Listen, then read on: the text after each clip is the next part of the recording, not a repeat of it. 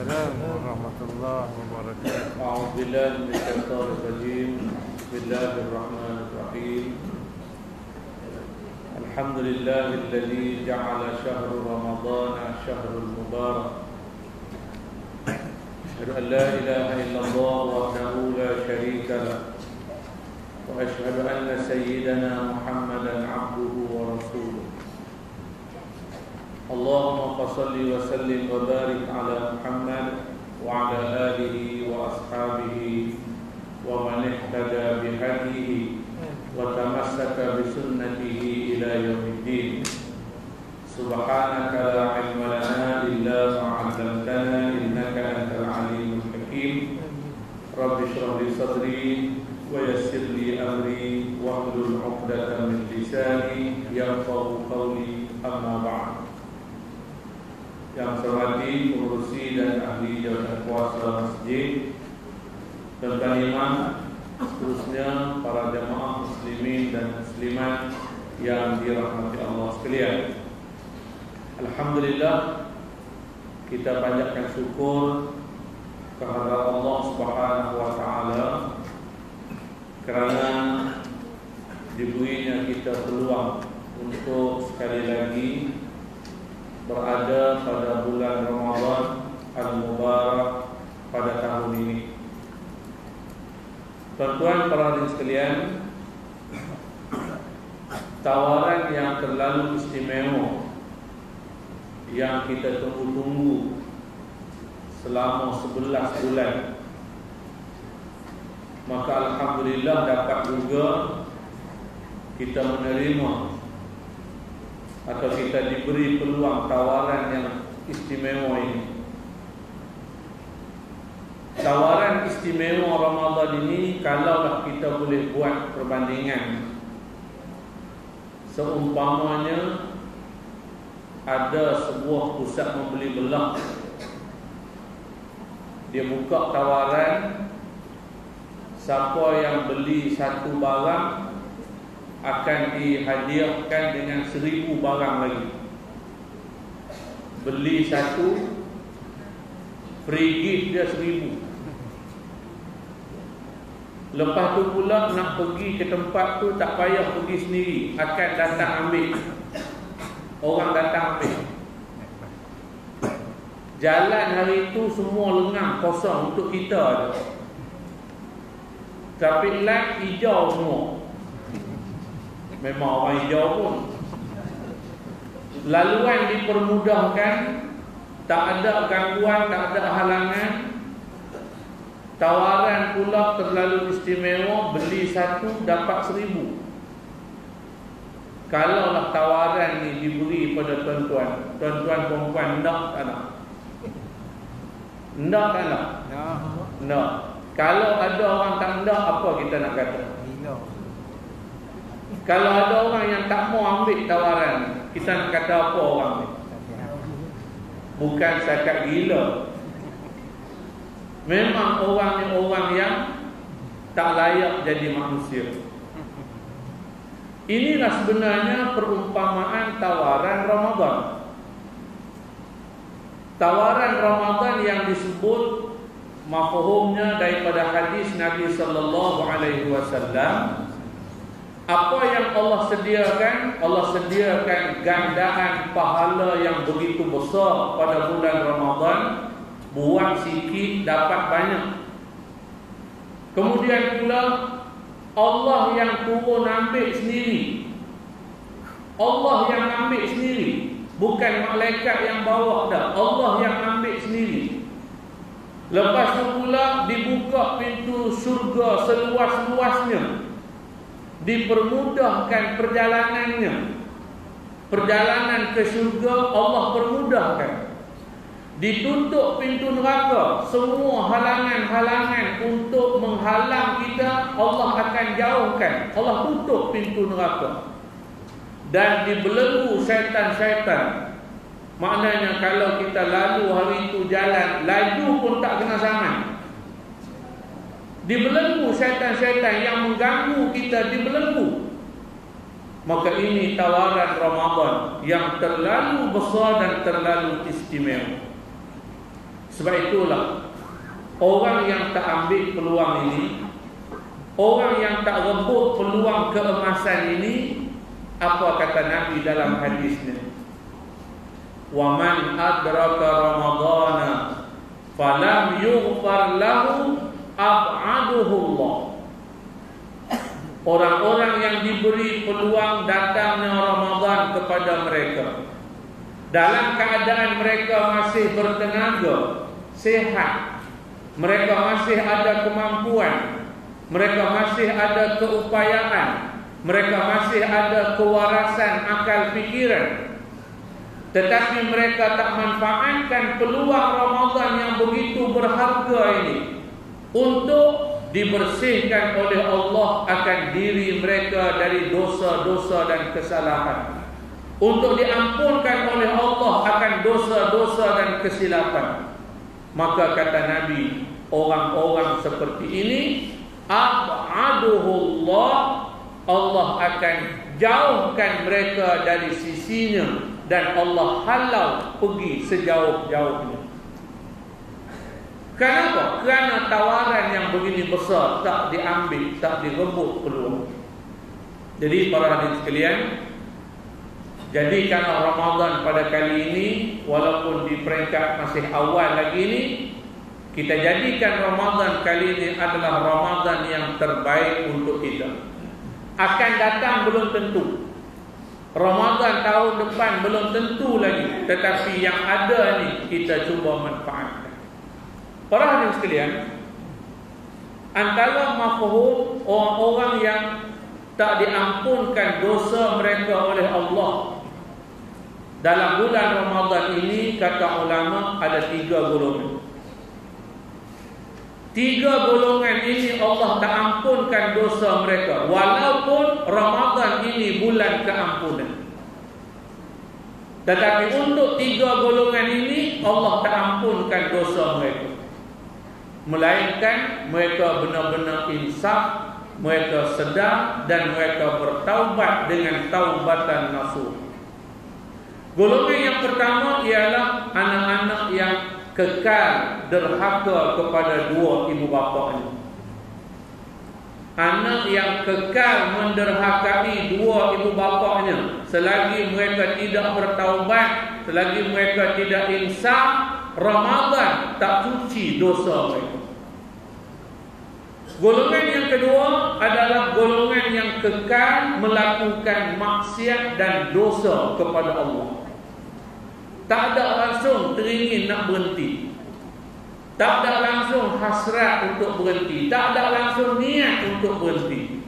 Berhenti daripada melakukan dosa, melakukan maksiat kepada Allah. Golongan yang ketiga, penzalim, ataupun orang-orang yang melakukan kezaliman dan penyokong-penyokong. Yang ni berat sikit. Orang yang kekal melakukan kezaliman dan juga orang yang menyokong orang-orang yang melakukan kezaliman, penyokong dan pendokong kezaliman. Selagi mereka tak insaf, selagi mereka tak bertaubat dengan taubatan nasuha, mereka tak akan diampunkan dosa oleh Allah, walaupun Ramadan ini adalah bulan keampunan. Para hadirin sekalian, ini nak menggambarkan kepada kita bahawa tawaran-tawaran yang begitu besar dan terlalu istimewa tidaklah diberi sewenang-wenangnya. Walaupun tawaran ini istimewa, walaupun tawaran ini besar, tetapi tidaklah diberi sewenang-wenangnya oleh Allah Subhanahu wa ta'ala. Kalau manusia, orang-orang ni nak bagi satu-satu benda pada orang lain pun tak bagi sewenang-wenang, tak bagi ikut suka begitu, apatah lagi Allah yang salah satu sifatnya ialah Al-Hasib. Apa dia Al-Hasib? Maha berkira, mengira-ngira, berkira. Allah ni Al-Hasib, berkira.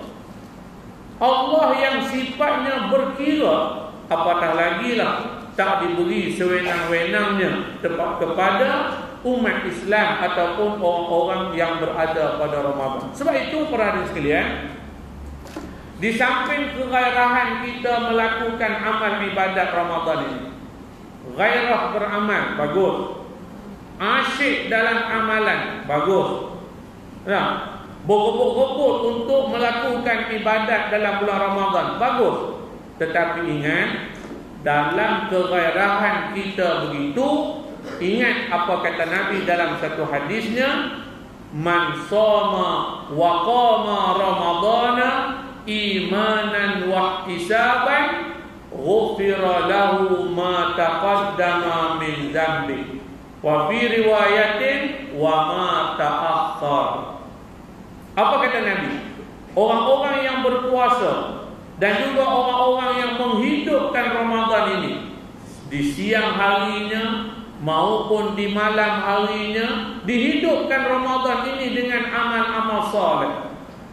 Kata Nabi, dua syarat yang perlu mereka patuhi untuk melayakkan mereka mendapat keampunan Allah. Allah akan ampunkan dosa-dosa mereka yang telah lalu, kecil besar, Allah ampunkan semua. Dan dalam riwayat yang lain, termasuklah juga dosa yang lagi akan datang. Hak nak mari ke depan tu, Allah dah blok siap dah.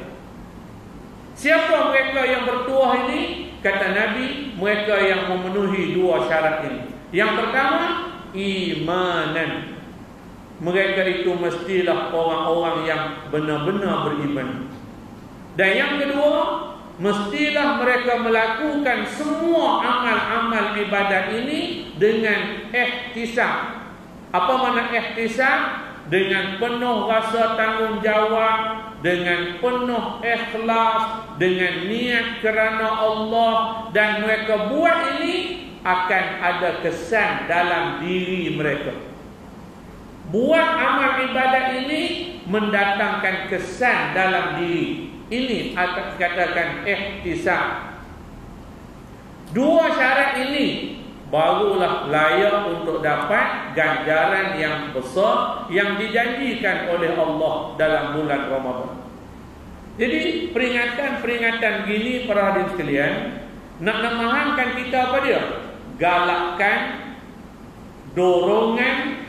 Dalam masa yang sama, kita perlu berwaspada dan berhati-hati. Jangan hanya gairah dan terlalu seronok melakukan amalan. Kononnya kita rasa amal soleh, kita rasa amal kebajikan Ramadan, tetapi tanpa kita berhati-hati, tanpa kita memenuhi syarat-syarat yang ditetapkan, maka semuanya itu akan jadi debu-debu yang berterbangan, tak layak untuk menjadi amal soleh untuk kita di hari akhirat. Ramai orang seronok beribadat Ramadan ini, seronok bagi derma, seronok bagi sedekah, macam-macam. Tapi kadang-kadang dia lupa apa yang sepatutnya dia kena jaga yang lain-lain.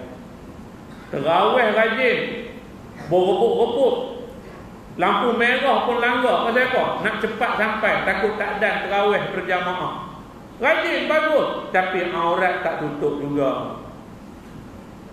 Aurat tak tutup. Terawih rajin, tak mau miss, berjanji dah dengan diri, berjanji dah dengan suami, berjanji dah dengan anak-anak semua. Jangan ganggu. Kali ini daripada mula sampai habis mak nak terawih, tapi aurat masih belum tutup dengan sempurna. Ini menunjukkan apa dia? Kegairahan kita beramal, tetapi dalam masa yang sama kita tidak menjaga tata tertib dan tata syarat yang ditentukan oleh agama kepada kita. Kalau begitu, habis Ramadan kita akan balik seperti asal semula. Selesai tarbiyah Ramadan, kita balik macam asal semula. Kenapa? Kerana apa yang kita lakukan ini tidak mendatangkan kesan dalam diri kita, tidak mendatangkan manfaat kepada pelakunya. Kenapa? Kerana tidak mengikut peraturan dan syarat yang ditetapkan kepada kita.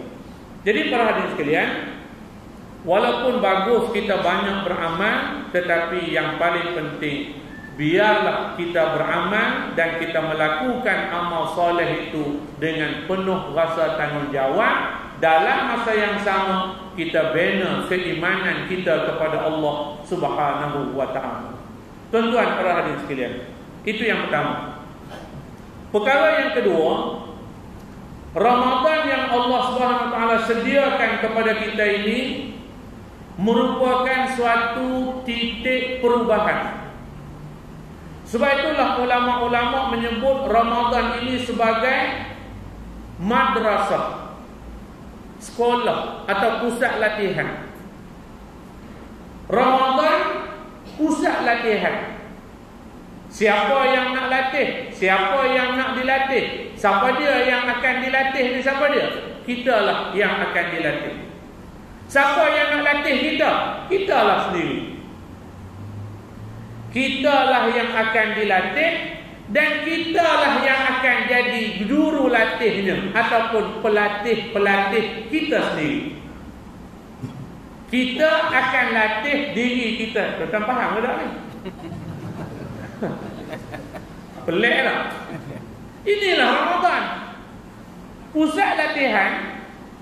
Kita sebagai orang yang akan dilatih, orang panggil pelatih. Siapa yang nak jadi juru latih? Kita lah juga. Kita lah yang akan jadi juru latih kepada kita sebagai pelatih dalam tarbiyah Ramadan. Kita sendiri. Ini Ramadan. Nah, oleh yang demikian, di penghujung Ramadan nanti Allah sediakan. Allah sebut siap-siap dah. Apa yang Allah sediakan pada kita?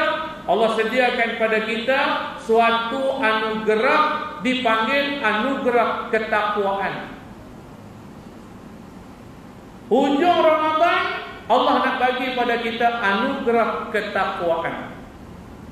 Ya ayyuhalladzina amanu kutiba alaikumus shiyam kama kutiba alal ladzina min qablikum la'allakum tattaqun.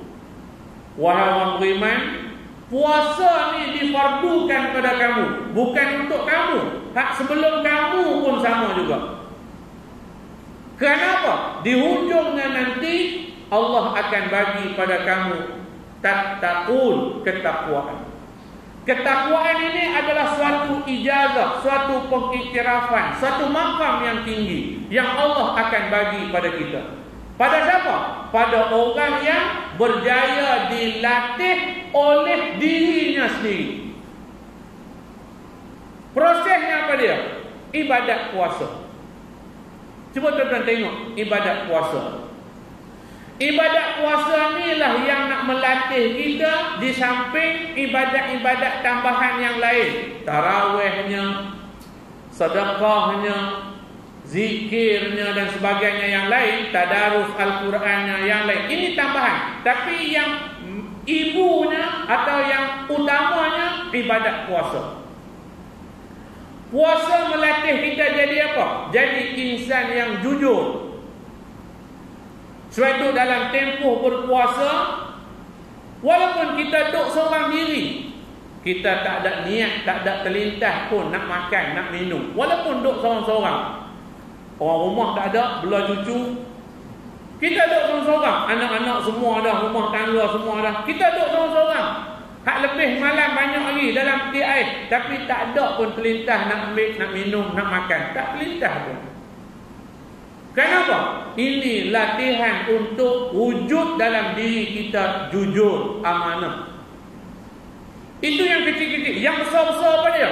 Dengan ibadat puasa ni, benda yang kita boleh beli, benda yang kita boleh dapatkan, benda yang kita boleh makan, tapi sengaja disekat, dihalang oleh Allah. Tak boleh.